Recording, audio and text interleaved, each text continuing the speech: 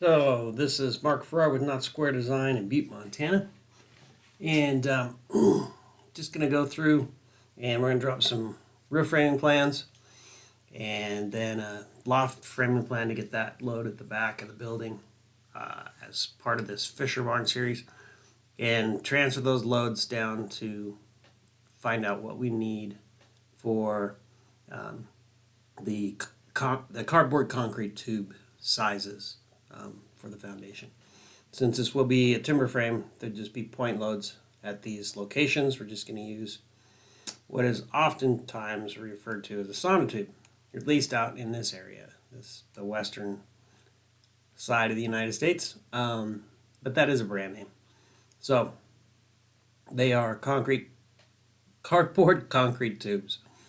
But anyway, that's what we're going to start off with. And what I've got is I've opened up these drawings, and I need to go to my second floor because this shows my roof and such. And then these are X-roughed in, so that's just an X-rough in there. I can even shut that off, but we're not going to worry too much about that because what I'm going to do is create a framing plan. And so I'm going to jump up to 6, or sorry, this is going to be, so we'll have S1 is our notes, and then S2 will be foundation, and S3 will be both the framing plans. So I need to make this an S3, 3.0, and I think that'll fit both the loft and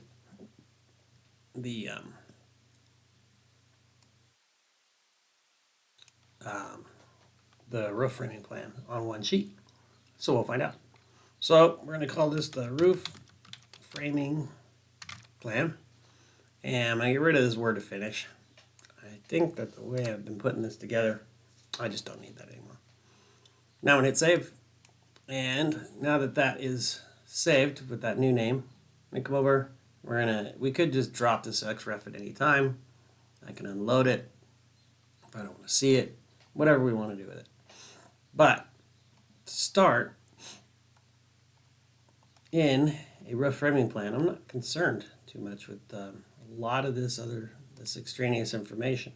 So let's get rid of all of this. So I'll go to my home, and because when you pick hatch, it goes to the hatch tab, but and then I can isolate that layer. Now I can get rid of all of the hatch at once. Delete. And then I'm still on my home screen, so I can thaw that. And I can do that for these guys too. So if I came across here, because this is where I'm estimating my siding is out there. So for the moment, let's just, no need for this stuff. Delete that.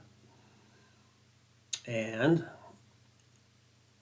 then I've got names and all sorts of stuff that in there, but we can keep that. This layer is below. This is the extra, probably nope, I'm not sure what that is. So its features is locked. So it's locked, so I can't accidentally screw it up.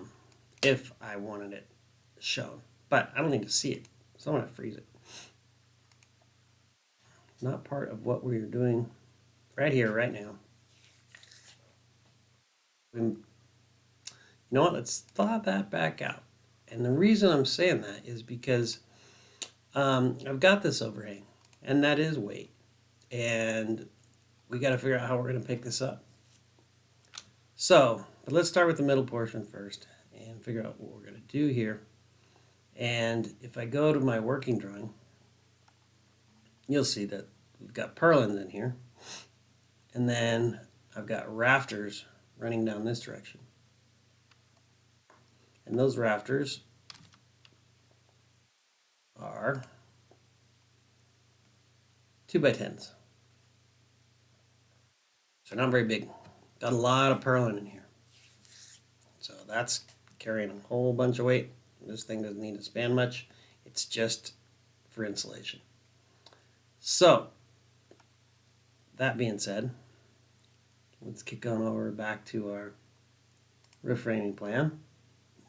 And we can figure out a layout. So I'm going to go to my joists because I'm using joists up here. And then I don't think I have a layer 4 purlins. So I'm going to put those on this truss layer. We'll give it a different line type. And then we'll just have to note it as to what it is that because there are no trusses per se in here. We do have the bents, which are they're kind of like trusses, but we're going to use this line style to show the purlins and this to show the framing. So I don't know, start with purlins. Why not? So these are moved over where I'm going to get my framing information off this and not this. So I'm going to bring this whole thing over.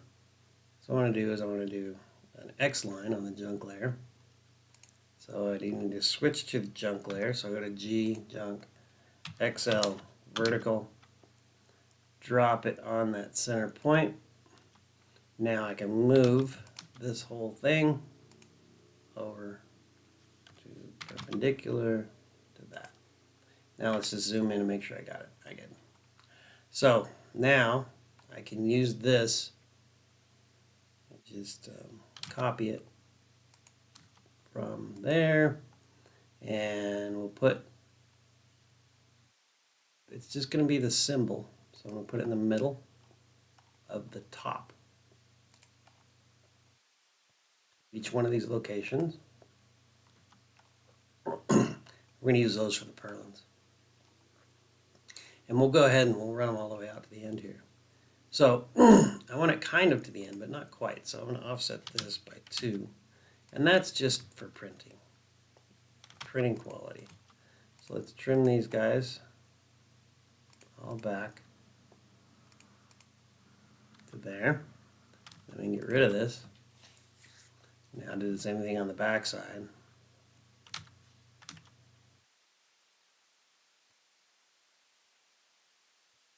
Trim to there, all those, and then we can get rid of that. Now I can make these separate purlins to each location, but let's just for the moment get these 3 purlins and move them to the right layer. So I'm going to go down to my S and go to we're going to use the truss layer for those. And now my line weight is going to be way off, but we have to kind of break this up first. So we're going to have a big beam across here. No, it's going to be pretty small. There's not a lot of weight on it because the bent is where I'm going to place all the weight. These purlins are carrying it. The purlins will come out, and then we can run the rafters even down this same piece out here if we want rafters outside the building. It's almost little need for them, but we'll have to see what we can do because our sheathing material, if we switch to like a tongue and groove on the outside, then I could probably span these distances. But if we stay with the same sheathing in here, that sheathing is designed for a 24-inch max at the loading that we have in this location, which is going to be a 39-pound snow load, I believe. Might be 38. I'll have to check, but we'll find that out in a moment. So what I want to do is here, I want these to end at 2 inches apart. So I'm going to draw a line from here to here.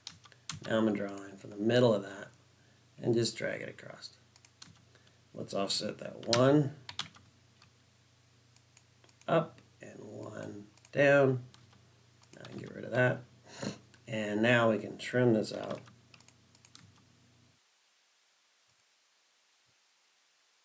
All those guys. I don't need that. So here, as I'm talking about with the line weight, is I want this to show as one member. So I'll just grab all 3.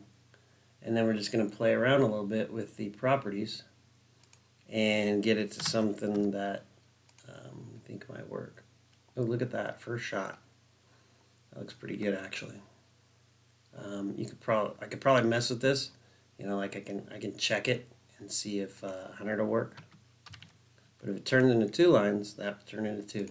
So I could go to 110 just to see what's in between. And there, that's probably about as good as it's going to get. As good as I need it to be anyway, that's for sure. So now I need to mirror this set of lines about this. And I'll go ahead and leave those other objects just in case I need them later. Let's trim between these. Do this here. Now these are shorter by quite a bit. So let's come in here and let's check this property and see if we can get away with 80. Well, 90. Boom, 90 worked. I could try 80, but that looks pretty good. I think we're going to go to two lines yet. And that's just a matter of doing this enough to where you get to know it. Now, I have this last one that just goes out and it hangs out to pick this stuff up. So, these ones are probably, I don't know if that 110 will work.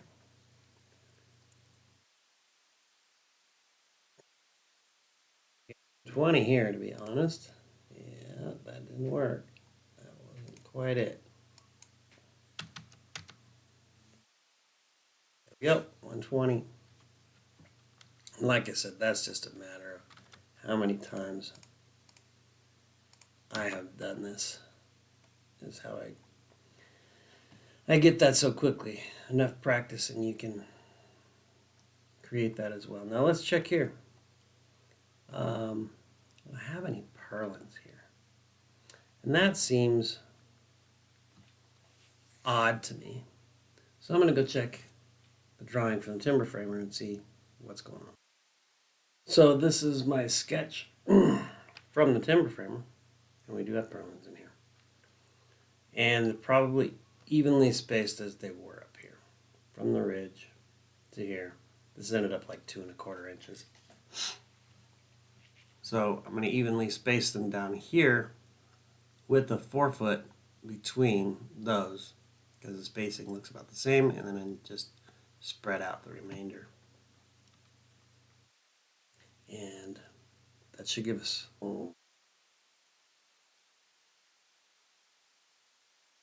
now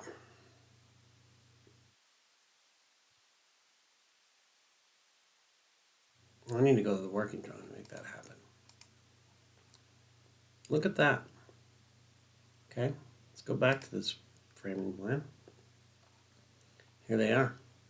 So I did it on this one, so let's just move it over. So again, I'm on the junk layer, so XL, vertical, lay it on the ridge, and let's move this from there,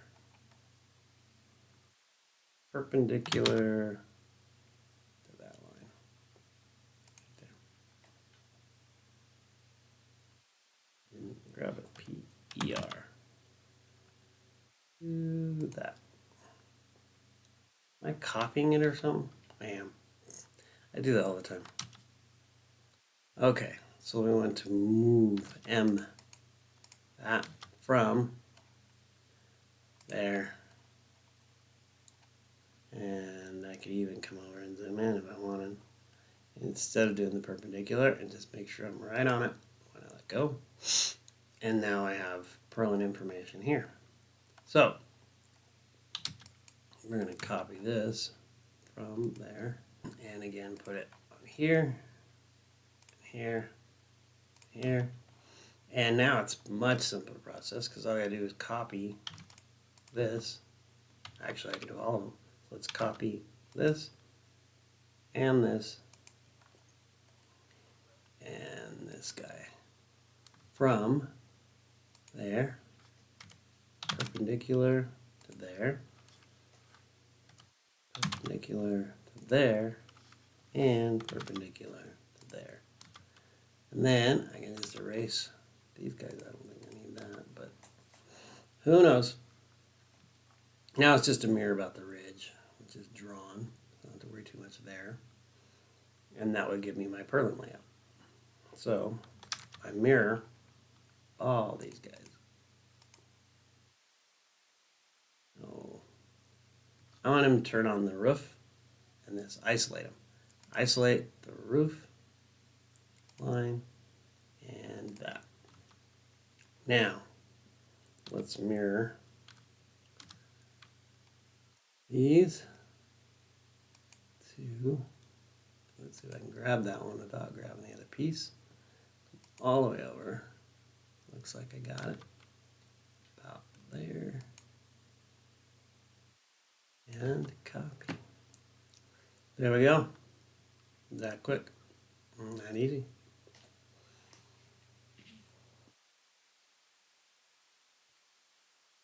So some of the stuff that Justin and I had discussed was stopping this quite a bit shorter, just to there. So this had to do with putting in like a knee brace, be more of a corbel in this case, but with a purlin there, I did that, but that would be telling timber framer to change up his plans. We're not going to do that. So all we're going to do is we're going to cut this down, and so the line where this roof actually goes to is only that one point. I'm going to go back to my roof framing plan. So one thing that and I discussed was how we were going to do this. And I gave him kind of two game plans here. I don't know that I've gotten an answer back on that yet. So, I don't know if I'm doing a 2x8 bottom plate, get some real stuff going, or if I'm doing a 2x6 and like an R21 wall. So, it's our 4.37 per inch for this high density blown in. So if I'm at 5.5 times 4.37, actually an R24. So if I'm at 7.25 times 4.37, then I'm at a 31.7. So that's quite a bit of difference. So I need to kind of shoot that over to him and see what we're doing, because one thing that we did discuss is all this needs to move out half an inch because he is going to drywall in here. And we don't want to drywall in between roughs on. That means scribing this edge. Instead, what he's going to do is he's going to build these in panels and stand them. And they will be drywalled already, so they'll just stand right up against here. But I need to move the whole system out by half an inch. So that I'm not going to do in this exercise, but when you see it drawn a little bit different and the distances are off by a half an inch, that's what's going on. But it's not going to affect what we're doing today. So this is drawn incorrectly because these actually move. And it moves with the siding. Yeah, and I can't just move it. You can see these are polylines. So I have to offset them. But like I said, it's such a small distance, it's just not affecting what we're doing today. So I'm not going to worry about it for this. But I want our sizes to get him loaded. So I do have purlins and I have joists. So instead of just doing this is probably 5 pounds, another 5 pounds, another 5 pounds.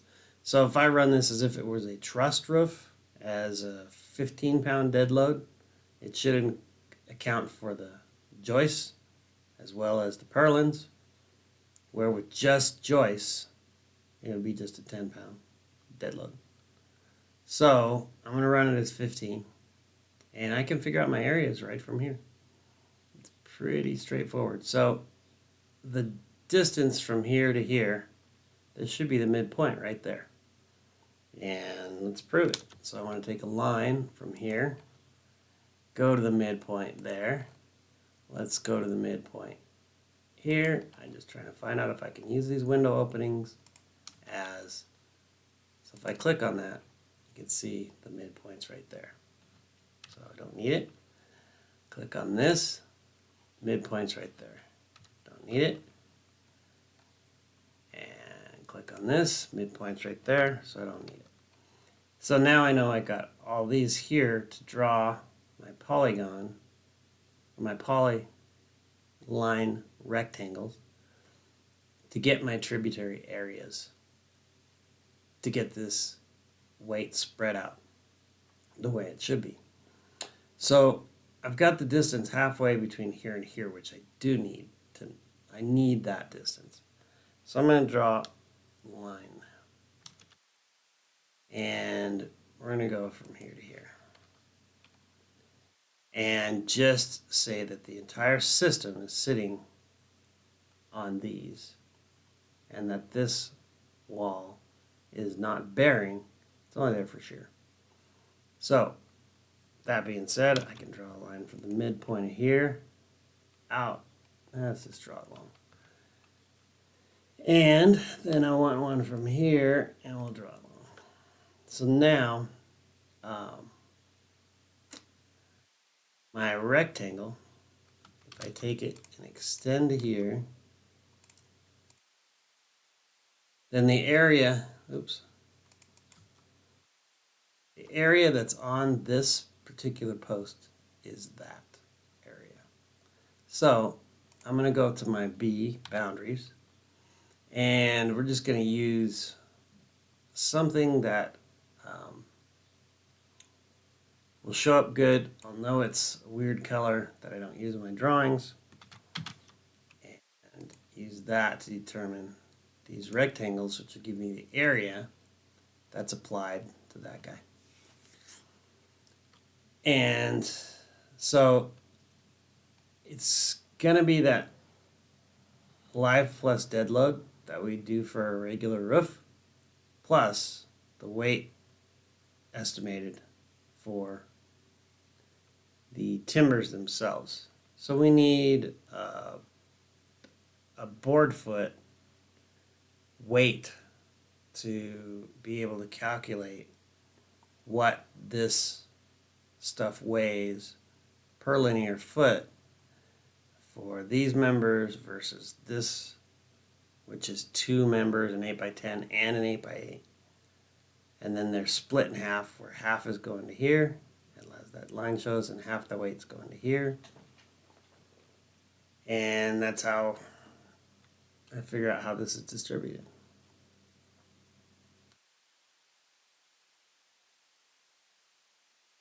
So we're here, and I'm just going to do a search for a, let's do a Douglas fir weight per cubic foot. That's even kind of a little nicer. We can look at per cubic foot, and we'll kind of show you different. So the weight per cubic foot is 33.6. 33. So let's just call it a 333.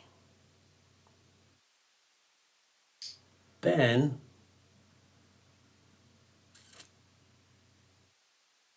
let's back it up, and let's just look at the forward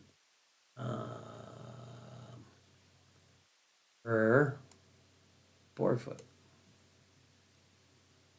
Is it right here? Nope. Board.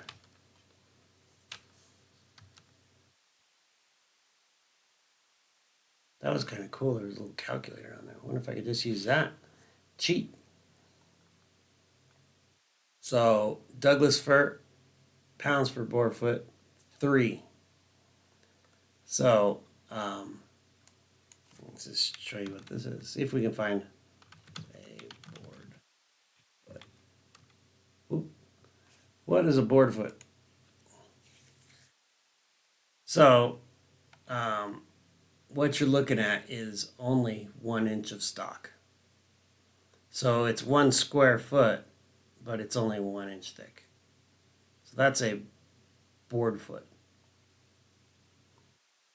So thickness inches, width inches, length inches, 12 equals pound of board feet.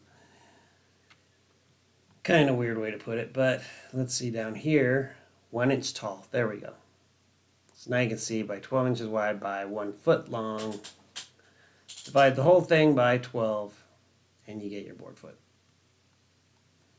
But that makes us a whole lot more work than just calculating out um, the previous thing, which is now. Where did I see that calculator? That was kind of cool. What if I have to go back one more? Let's try one more.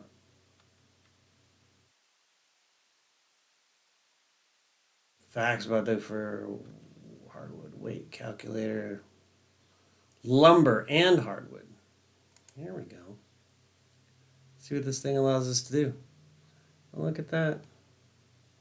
Length, width, all species. Let's see if we have it. I want a Doug fir. D. No. Douglas fir. Boom. Okay. Now, let's see how well this does. I need a distance. It's going to be this guy. So the distance from there to there is 13 and a half, we'll call it. So let's go back to our little calculator friend here. And let's put in 13 and a half for our length. Ooh, in inches. I can switch it to feet. So 13.5. Now our width, we can do that in inches. So I kind of need to see that previous sketch from Josie. And so we're looking at, oh, he's got these listed as 6 by 6, but they are not drawn that way. In fact, I know he's only going to do 1.5 inches deep. So we're looking at 4 inch by 1.5 inches. So let's just call the thickness 1.5 and this as 4. And let's calculate it. So that per member, for each one of these guys, that's 18.56 pounds. Oh, it even gives the weight is correct on this thing, or it's, really close to what we were going to use, which was 33.3. They just used a 33. And there's your board feet, even gives you that. Kind of a neat little calculator. I might have to save this little thing. At least for doing timber frames. Don't need it for a whole lot, but for doing these guys, it's nice to have. So now I know the weight of this one. And so I need to do the rest of them, including what will be here, getting the weight of this member plus this member because they're stacked. Then our knee braces and our vertical post and this skirt is on this side of the equation. Actually, not that knee brace, but this knee brace is on this side of the equation. So, and then we'll bring in our Doug fir, and we shouldn't have to worry about the wall because it's just going to sit on this slab, and it's just got its own self weight because we're going to put the weight of the building on these skirts. So I think we're in good shape. So I'm going to start tracking this stuff and go through and calculate all this and come back. So I've been working on this quite a bit, and using a website. I'll get that up here so you can see what it looks like. And what I've got is just a link, and I keep links like this in like my design tools. And come on, open up. Oh, it's not opening it. All right, here we go. So under calculators and converters, there's this word feet deal that I can use and put in the 1.5 inch purlin by 4 inch, and let's just say I had a length of 6 feet, and then hit calculate and it'll give me the pounds. And so that's strange. Oh, it's an alder, so that's a hard one. So you got to change to your right species, and that would be Douglas fir. There we go. Try it again, and there's a straight up number. So that's how I came to the results that I have for different members, and I just gave them names. So for the main bents, the stuff is here. There are some purlin areas that go over bent 1, bent 2, bent 3, and then this is bent 4. It's just kind of the way I started. No sense of redoing it. I understand the language I've got, and then I just got the weight for each member. So I could then create a spreadsheet and put this stuff in. So this is bent 1 shed, and what this does for me is it's giving me a diameter in feet. So we're going to need 3-foot sonotubes. And this is at the shed location. This is the inner bent location. And I think I'm going to double check this.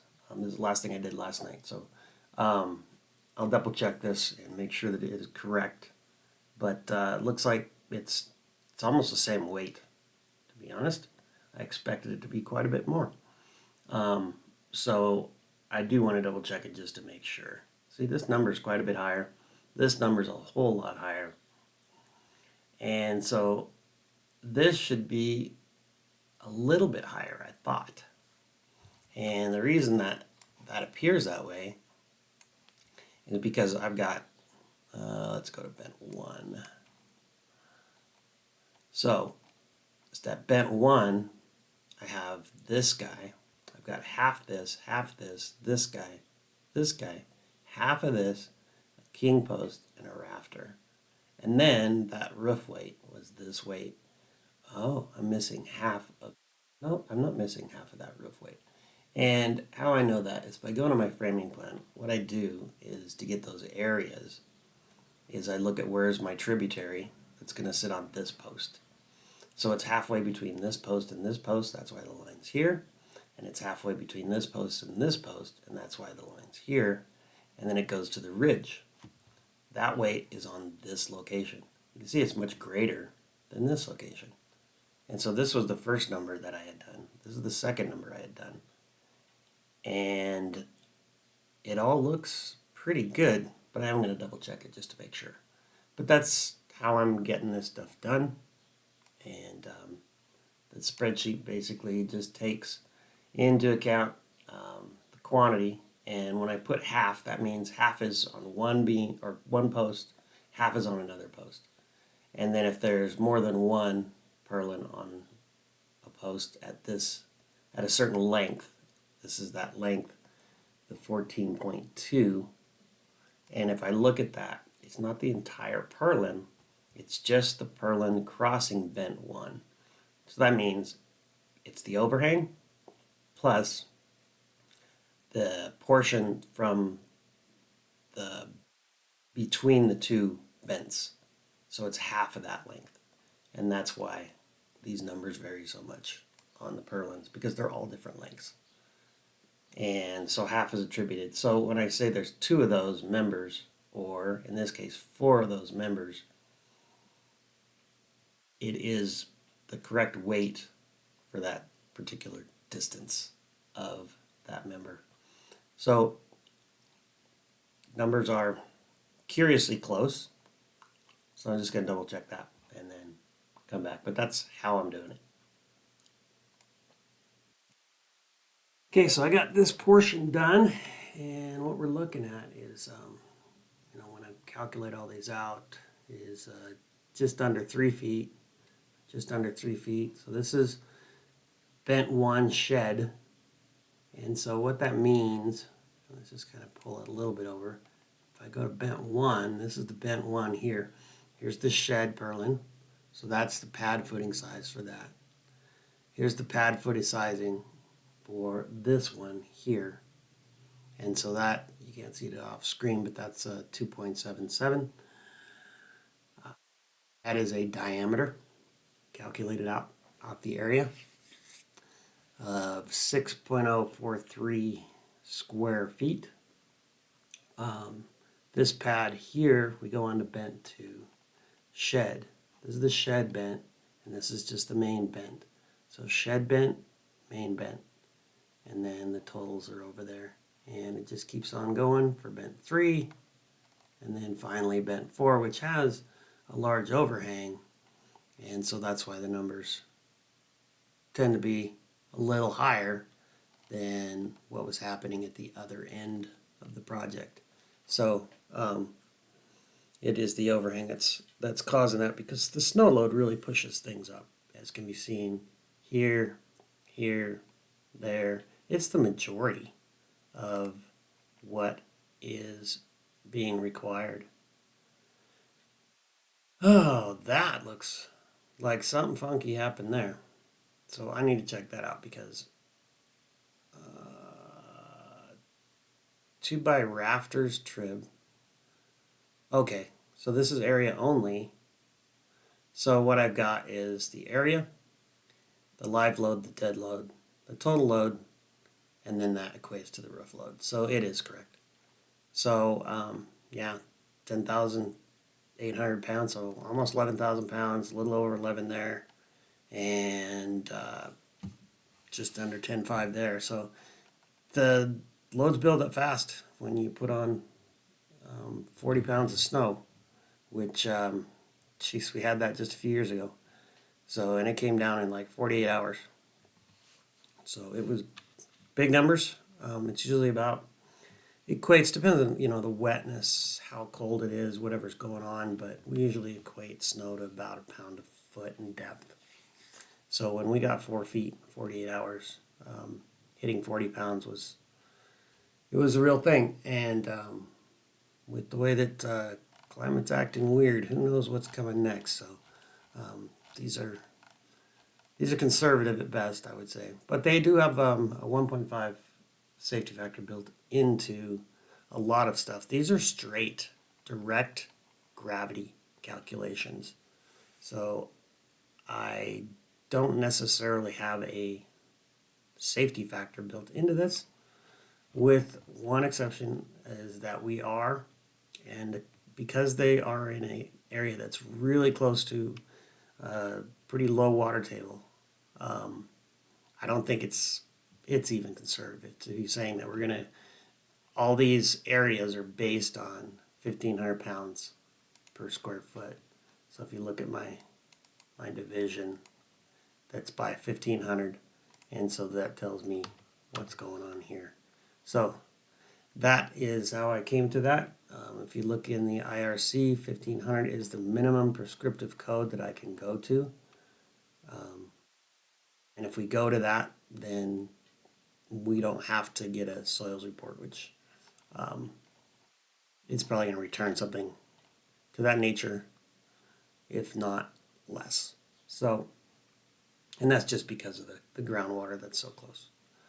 So that is where I've gotten to on this project, and how I do the sizing for something as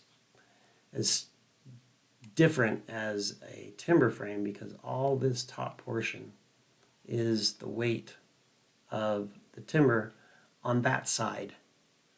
So this gets all mirrored over to the other side.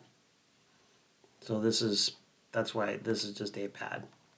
And then there's an identical pad mirrored across the whole project. So that's what I've got. This is Mark Farrar from Not Square Design, and I hope you enjoyed this lesson. Thanks for stopping by.